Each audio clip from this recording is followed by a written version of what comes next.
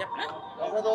అక్కడ ఏంటి ఈరోజు వాసవ్య మహిళ అలాగే ఐఎంఈ ఆధ్వర్యంలో ఏం చేయబోతున్నారు ఏంటి?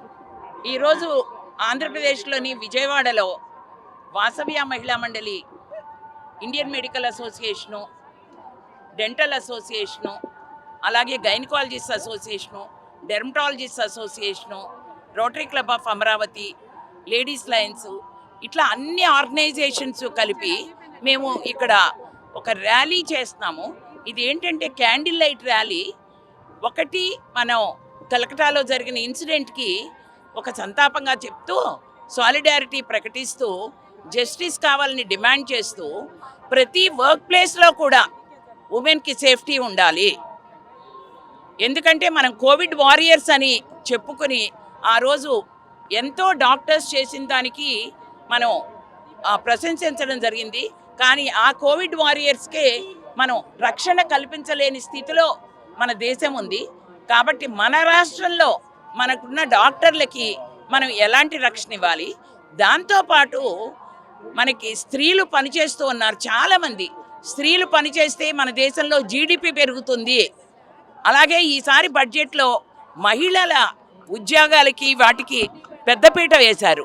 వర్కింగ్ ఉమెన్స్ హాస్టల్స్ అన్నారు, ఇవన్నీ చెప్పారు.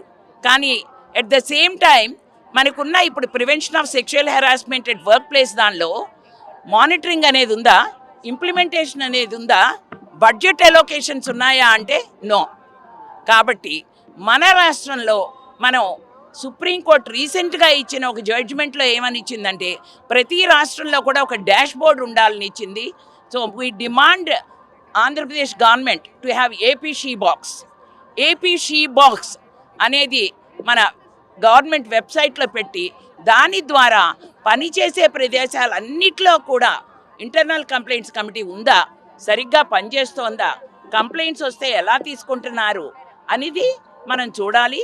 అదే రకంగా మనకి ప్రతి ఇంటర్నల్ కంప్లైంట్స్ కమిటీలో ఎక్స్టర్నల్ మెంబర్ ఉండాలి. అది ఉంటున్నారా లేదా ప్రశ్నార్థకం.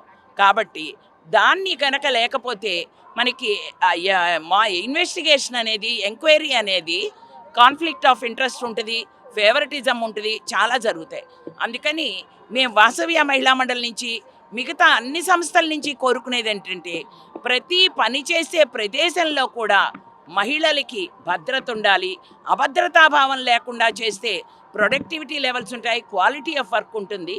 అలాగే మన ఎడ్యుకేషన్ సిస్టంలో 90% మార్క్స్ వస్తేనే పాస్ అయ్యేటట్లుగా మోరల్ ఎడ్యుకేషన్ ఉండాలి. ఎందుకంటే మనం అకాడమిక్స్కి, స్కిల్లింగ్కి ఎంత ఇంపార్టెన్స్ ఇస్తున్నామో అంతేకంటే కూడా విలువలు, సంస్కారం, విధేయత అనేది ఉన్న రోజునే మనం పెద్దపీట వేయగలుగుతాము, ఈ క్రైమ్ని అరికట్టగలుగుతాము. అందుకని చెప్పేసి ఈరోజు ఈ కార్యక్రమానికి వచ్చిన స్టూడెంట్స్ అన్ని మెడికల్ కాలేజ్, నర్సింగ్ కాలేజ్ నుంచి వచ్చారు.